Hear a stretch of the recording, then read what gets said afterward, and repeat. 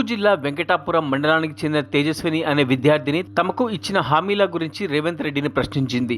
5 లక్షల విద్యా భరోసా కార్డు, విద్యార్థినులకు స్కూటీలు ఇస్తామని ఆశ కల్పించి ఓట్లు వేయించుకున్నారని, మా స్కూటీలు ఎప్పుడు ఇస్తారని, ఆ హామీలు ఎప్పుడు అమలు చేస్తారని రేవంత్ రెడ్డిని సూటిగా ప్రశ్నించింది.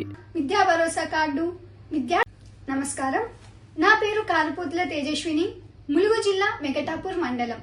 గత ఎన్నికల్లో తెలంగాణ రాష్ట్రంలో కాంగ్రెస్ పార్టీ అధికారంలోకి వచ్చాక అమలు పరిచే 6 గ్యారెంటీలను ప్రకటించింది.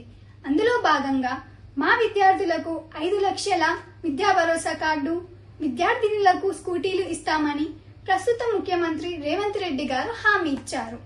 నాడు ఇచ్చిన హామీతో తెలంగాణ విద్యార్థి లోకం గంప గుర్తుగా కాంగ్రెస్ పార్టీకి తమ ఓట్లను వేసి గెలుపునకు కారణమయ్యారు. అధికారంలోకి వచ్చి సంవత్సరం గడిచినా కూడా విద్యార్థి భరోసా కార్డు లేక, ఫీజుల రియంబర్స్మెంట్ లేక విద్యార్థులు నానా అవస్థలు పడుతున్నారు. విద్యార్థినులకు ఇస్తానన్న స్కూటీల హామీ అటకెక్కింది. ముఖ్యమంత్రి గారు, మీరు ఇప్పటికైనా స్పందించి విద్యార్థులకు ఇచ్చిన హామీలను నెరవేర్చి మాట నిలుపుకోవాలని విద్యార్థులు కోరుతున్నారు. మరిన్ని అప్డేట్స్ కోసం మా ఛానల్ని సబ్స్క్రైబ్ చేయండి.